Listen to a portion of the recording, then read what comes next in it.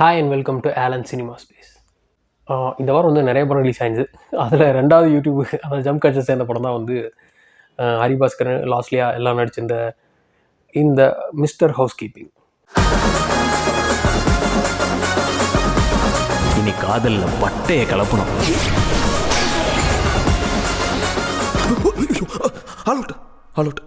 எதுக்கும் சொறி வைப்போம்.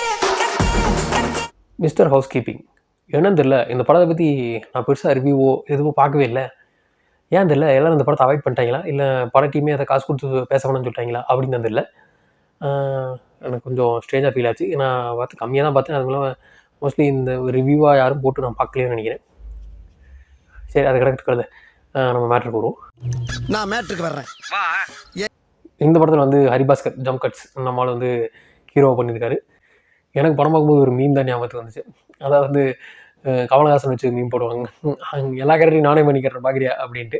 உண்மையிலேயே அந்த மாதிரி ஒரு கேரக்டர் தான் ஹரிபாஸ்கர். ஏன்னா ஜம்ப் கட்ஸில் எல்லாத்தையும் அவரே பண்ணுவார்.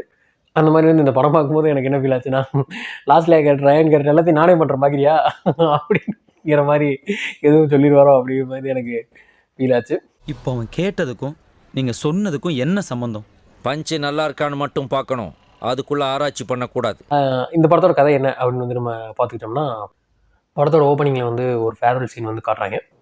அதில் வந்து பார்த்துக்கிட்டா இவங்க மெக்கானிக்கல் குரூப்பை சேர்ந்த பிரேமா பாய்ஸ் மாதிரி ஹரிபாஸ்கர் குரூப் போகிறாங்க. சிஎஸ்சி குரூப் அந்த மாதிரி வந்து லாஸ்ட்லியா அவங்க ஃப்ரெண்ட்ஸ்லாம் இருக்காங்க. ஹரிபாஸ்கர் வந்து 4 வருஷம் லாஸ்ட்லியா பண்ணி சுற்றிருக்காப்புல. அவங்க வந்து ஏறத்துக்கூட பார்க்கல. கடைசி 4 பேர் கிஃப்ட் கொடுக்குறப்பல தூக்கி செருப்பாக அடிச்சுட்டு, நீ எல்லாம் எங்கே வாழ்க்கை உருப்பட போகிற அப்படின்னு வந்து லாஸ்ட்டில் கேட்குறாங்க. அதுக்கு ஹரிபாஸ்கர் வந்து பில்டிங் மேலே ஏறி சேலஞ்ச் பண்ணுறாப்புல. 4 வருஷம் கழிச்சு கொண்டவன வெளில பிகரா ரிச்சு கேளா பார்த்து பேசி கரெக்ட் பண்ணுறேன், அதேமாதிரி இல்லை வாழ்க்கையில் பெருசாக ஜெயிச்சு காட்டுறேன், அப்படி இல்லை உங்கள் வீட்டு வேலைக்காரன வரடி அப்படின்னு சொல்லி சேலஞ்ச் பண்ணிட்டு போகிறாப்புல. உங்களை மாதிரி இல்லடி, வெள்ள பிகரா ரிச்சு கேளா பார்த்து பேசி கரெக்ட் பண்ணி கல்யாணம் பண்ணல எங்க அப்பா பேரு கட் பண்ணால் 4 வருஷம் கழிச்சு அண்ணன் மொட்டை மாடியில் வந்து அழுதுகிட்டு இருக்காப்புல. என்னென்னு பார்த்தா இன்னும் எடுத்து வீட்டில் இன்னொரு பொண்ணை லவ் பண்ணி அது வந்து ஃபெயிலியர் ஆகி போச்சு அப்படின்னு. அப்புறம் தான் அந்த பொண்ணை இவர் மட்டும் தான் ஒன் சைடாக லவ் பண்ணியிருக்காரு, அந்த பொண்ணு வேறு எவனையோ டபுள் சைடாக லவ் பண்ணிக்கிட்டு இருக்கு அப்படிங்கிற மாதிரி ஆரம்பிக்குது. அதுக்கப்புறம் நம்மால் வந்து ஒரு சில்மிஸ் வேலை செய்ய போகிறாரு. அந்த வேலையின் விளைவாக ஒரு ட்ராவலில் போய் மாட்டுறாரு. அப்போ அந்த காசு கட்டுறதுக்காக வந்து ஒரு ஹவுஸ் கீப்பிங் ஏஜென்சியில் போய் சேர்றாரு. அவங்க ஒரு வீட்டுக்கு வந்து இவர் அசைன் பண்ணி வராங்க. அந்த வீடு பார்த்தா லாஸ்ட்லியாவோட வீடு. அவங்க இவர் மேலே என்ன சாப்கார்னு வச்சுருந்தாங்களோ தெரியல. வாங்க ஹரி, நீங்கள் தான் நம்ம ஹவுஸ் கீப்பிங்காக இருப்பீங்க அப்படின்னு அக்ரிமெண்ட் போட்டு அவர் வீட்டில் சேர்த்துக்கிறாங்க. அதுக்கப்புறம் ஹரிபாஸ்கர் போய் லாஸ்ட்லியா வீட்டில் வந்து ஹவுஸ் கீப்பிங்காக வேலை செய்ய ஆரம்பிக்கிறாரு.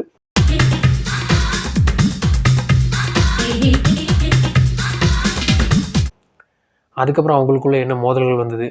அதுக்கப்புறம் வந்து லாஸ்ட்லியாவோட ஒரு யார் பெஸ்டி அப்படிங்கிறது கன்ஃபியூஷன் தான். அவங்க வாழ்க்கையில் ரயன் வராப்பில் அவங்க இருக்காங்க. இது ஒரு முக்கோண காதல் கதையாக மாறுது. அதுக்கப்புறம் என்னாச்சு, கடைசியில் இவங்க 2 பேரும் சேர்ந்தாங்களா இல்லையா அப்படிங்கிறது தான் இந்த ஹவுஸ் கீப்பிங்கோட கதை. இந்த படத்தோட ஸ்னீப்பிக்கை பார்த்துட்டு கீழே போய் பார்த்தா எல்லோரும் அடிச்சு போட்டாங்க, என்னையா யூடியூப் கனெக்ட் எடுத்து படமாக விட்டுருக்கீங்க அப்படின்னு சொல்லிட்டு. அதுக்கப்புறம் சரி ஓகே, படம் அப்படித்தான் இருக்கும் போல் அதை ஹரிபாஸ்கர் வெற்றி சொல்லியிருந்தாரு. நான் வந்து வெப் சீரிஸாவோ இல்லை யூடியூப் சீரிஸாவோ தான் பண்ணலான்னு இருந்தோம், ஆனால் வந்து படம் எடுத்தால் நல்லாயிருக்கும் அப்படின்னு தான் படம் எடுத்தோம் அப்படின்ட்டு. படத்தை பார்த்தா அப்படி தெரியல. எனக்கு பார்க்கும்போது ஒரு நல்ல ஃபீல் குட்டாக நல்ல ஒரு ரோம் காம் பார்த்த மாதிரி தான் இருந்துச்சு.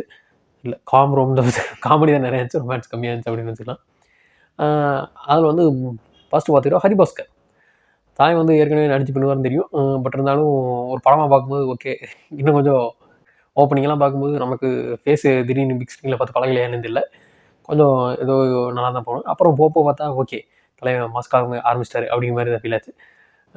எனக்கு ஒரு ஆங்கிளில் பார்க்கும்போது ஒரு கத்தி அந்த ஆர்ப்பாட்டம் பண்ணுற சீன்லாம் என்ன எஸ்ஜே சூர்யா மாதிரியே இருக்கே அப்படிங்கிற மாதிரி தான் எனக்கு ஃபீல் ஆச்சு. அதனால் வந்து நான் என்ன சொல்கிறேன்னா, யாருக்கா எஸ்ஜே சூர்யா பற்றாக்குறை ஏற்பட்டுருந்தா தலைவர் ஹரிபாஸ்கர் கூப்பிடுங்க, அதே மாதிரி பண்ணி தருவாப்ல அப்படிங்கிற மாதிரி தான் ஃபீல் ஆச்சு. இல்லை நேரடியாக வாங்க, நான் பெஸ்ட்டாக பண்ணித்தரேன், எங்கள் சார்பாக நான் எவ்வளோ பெஸ்ட்டு பண்ணாலும் பெஸ்ட் பண்ணித்தரேன். ஆனால் பயங்கரமாக ஓரளவுக்கு நல்லாவே நடிச்சிருந்தார் அப்படின்னு சொல்லலாம். எனக்கு வந்து அந்த லாஸ்ட்லியா கூட வந்து ஒரு மொட்டை மாடியில் வந்து செகண்ட் ஹாஃபில் பேசுவார், அந்த சீன் தான் வந்து ரொம்ப பிடிச்சிருந்து ஒரு நடிச்சதில்லை. அதுக்கப்புறம் லாஸ்ட்லியா அவங்களுக்கும் கொடுத்து நல்லா பண்ணியிருந்தாங்க. அப்புறம் வந்து மற்ற இந்த இளவரசு, அப்புறம் அவங்க அம்மா கேரக்டரு, அப்புறம் ரயான், இவங்கெல்லாம் தான் மெயின் கேரக்டரு. அப்புறம் வந்து காமெடிக்கு வந்து அவங்க ஃப்ரெண்ட்ஸு எல்லோரும் வந்து நல்லா பண்ணியிருந்தாங்க அப்படின்னு சொல்லலாம். படத்தோட ப்ளஸ் என்ன அப்படின்னு பார்த்துக்கிட்டோம்னா, எனக்கு ஃபஸ்ட்டு ப்ளஸ்ஸாக தெரிஞ்சு மியூசிக் தான். நல்ல மியூசிக் போட்டிருந்தாங்க அப்படின்னு சொல்லலாம். படம் ஃபுல்லாகவே வந்து படம் என்கிட்டலாம் எங்கேயாவது டவுன் ஆகிற மாதிரி தெரிஞ்சதுன்னா, ஏதோ ஒரு ரீமிக்ஸ் பிஜிஎமையோ ஏதோ ஒன்று தூக்கி போட்டு அடித்து நல்லா மியூசிக் கேட்குறதுக்கு வைப் மாதிரி நல்லா பண்ணிட்டாங்க. அது கேட்க நல்லா இருந்துச்சுன்னு சொல்லலாம்.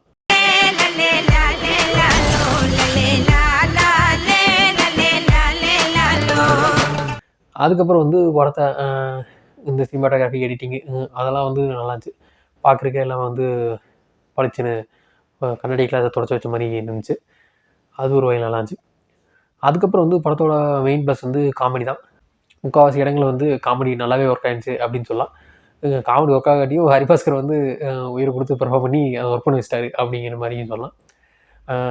அந்த காமெடி போர்ஷன்ஸ் எல்லாமே வந்து மற்ற எல்லாத்தையும் மறக்க வச்சிருது அப்படின்னு சொல்லலாம். அள்ளி போட்டு எடுத்துட்டு வந்தனா அதான் தெரியும். அள்ளி போட்டியா? அவன் கை காட்டுறத பாருடா, அள்ளி போட்டேன்றான்டா. அப்புறம் படத்தில் என்னன்னு பார்த்துக்கிட்டா கொஞ்சம் லென்த்தாக இருந்தோ அப்படின்னு ஃபீல் ஆச்சு. இன்னும் கொஞ்சம் நேரம் ஒரு 1/4 மணி நேரத்தை கட் பண்ணி வச்சிருக்கலாம் அப்படிங்கிற மாதிரி ஒரு ஃபீல் வந்துச்சு. அது தேவையில்லாமல் இழுத்த மாதிரி இருந்துச்சு.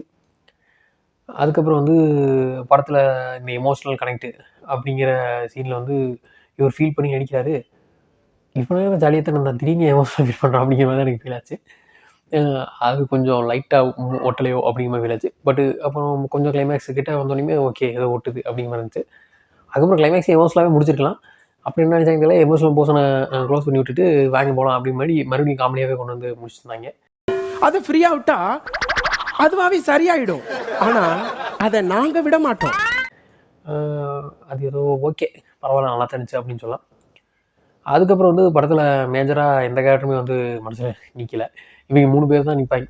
ஒரு 4 பேர்னு வச்சுக்கோங்களேன். ஹீரோ ஃபேமிலியில் இருக்கிற அவங்க அம்மா அப்பா லாஸ்ட்லேயே, அதுக்கப்புறம் வந்து ரயான், இவங்க தான். ரயான் கேரக்டர் அவங்க படத்தில் நிற்காதுவீங்களேன். அவர் அப்பப்போ வந்து மண்டையை கட்டிட்டு போவாப்ப. அது ஒரு வகையில் பாசிட்டிவாகவும் ஒரு வகையில் வேறு யாருமே இம்பார்ட்டன்ஸ் இல்லையோ அப்படிங்கிற மாதிரியும் ஃபீல் ஆச்சு. அதெல்லாம் நல்லா இருந்துச்சுன்னு சொல்லலாம். அதுக்கப்புறம் எனக்கு குறிப்பாக சிரிப்பு வந்தது வந்து இந்த 7G ரெயின்போ காலனியில் ஹீரோ டான்ஸ் ஆடுற மாதிரி ஒரு சீன் மாதிரி ஒன்று வச்சுருந்தாங்க.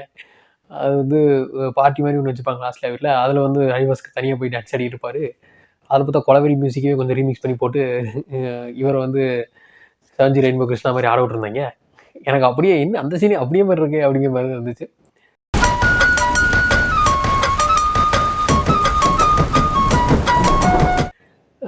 மொத்தத்தில் வந்து இந்த படம் எப்படி இருக்குது அப்படின்னு கேட்டிங்கன்னா, ஒரு நல்ல ஃபீல் குட்டான ஒரு நல்ல ஒரு ரோம்காமாக இந்த படம் இருக்குதுன்னு சொல்லலாம். தியேட்டருக்கு போய் பார்க்கணுன்னா அது உங்கள் இஷ்டம். இன்னும் ஓடிடியில் பார்த்தா நல்லா ஒர்க் ஆகுன்னு நான் நினைக்கிறேன். தியேட்டர்லேயும் பார்க்கலாம், நல்லா தான் ஒர்க் ஆகும். இந்த படத்துக்கு என்னோடய ரேட்டிங் வந்து 6.5 out of 10. இந்த வீடியோ பிடிச்சிருந்தா லைக் பண்ணுங்கள், ஷேர் பண்ணுங்கள், கமெண்ட் பண்ணுங்கள், சப்ஸ்கிரைப் பண்ணுங்கள். மறக்காம கீழே இருக்கிற பெல் பட்டனை தட்டி விட்டுடுங்க. தேங்க்ஸ் ஃபார் வாட்சிங்.